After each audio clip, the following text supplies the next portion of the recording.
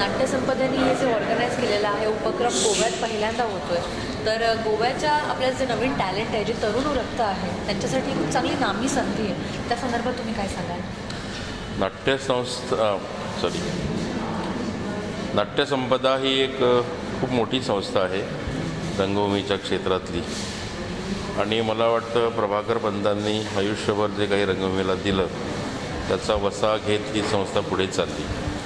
मला विशेष आनंद याचा झाला की महाविद्यालयीन पातळीवरील विद्यार्थ्यांसाठी अशा प्रकारची एकांकिका स्पर्धा आयोजित करून नाट्यसंपदानं त्यांच्यासाठी एक मोठं महाद्वार खुलं केलेलं आहे.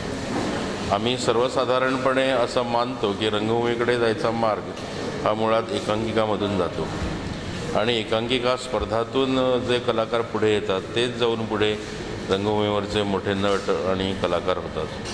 त्यामुळं एकांकिका स्पर्धात काम करण्याचा त्यांचा यावेळचा जो अनुभव असेल तो पुढे मोठे कलाकार होण्यासाठी त्यांना निश्चितच उपयोगी पडणार आहे. आणि नाट्यसंपदानं मुद्दाम लक्ष केंद्रित केलं या प्रकाराकडे आणि विद्यार्थ्यांना एक नवीन रंगमंच मिळवून दिला.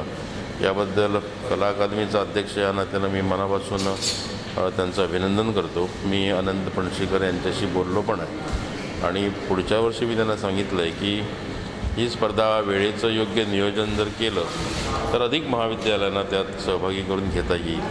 कारण आत्ता बऱ्याचशा यांच्या एकांकिका तयार नव्हत्या, कारण कला अकॅडमीची स्पर्धा ही नंतर होणार आहे, आणि मग त्यावेळी झाल्या असतं तर कदाचित अधिक मोठा प्रतिसाद लाभला असता. पण तरीही 9 संस्थांचा सहभाग लाभणं ही खूप चांगली गोष्ट आहे, आणि पुढच्या दृष्टीनं पुढील वाटचालीच्या दृष्टीनं मला वाटतं ती खूप शुभ संकेत आहे.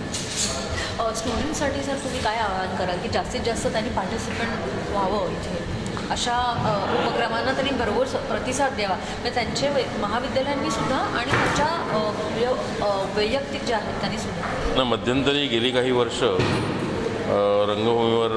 रंगभूमीच्या संदर्भात म्हणजे शालेय आणि महाविद्यालयीन एक थोडंसं औदासीन द्यायलासारखं वातावरण होतं. पण गेल्या 2 वर्षांपासून परिस्थिती थोडी बदलते आहे. अधिकाधिक मुलं यात भाग घेत आहेत. म्हणजे आधी मधल्या काळात असं व्हायचं की मुलं खूप करिअर कॉन्शियस होऊन नाटकाकडे दुर्लक्षच करायची. तर नाटकात पण करिअर आहे हे मुलांना कळलं पाहिजे की stage itself is a career, आणि ते जर सिरियसली घेतलं, गांभीर्याने घेतलं तर पुढे म्हणजे कुठेतरी नोकरी करण्यापेक्षा आपल्या स्वतःचं व्यक्तिमत्व ठसवण्यासाठी त्यांना निश्चितच त्याचा उपयोग होईल. फक्त त्यांनी कॉन्सन्ट्रेशन थोडं द्यायला पाहिजे यासाठी, आणि त्यावर लक्ष केंद्रित करायला पाहिजे. Thank you so much sir.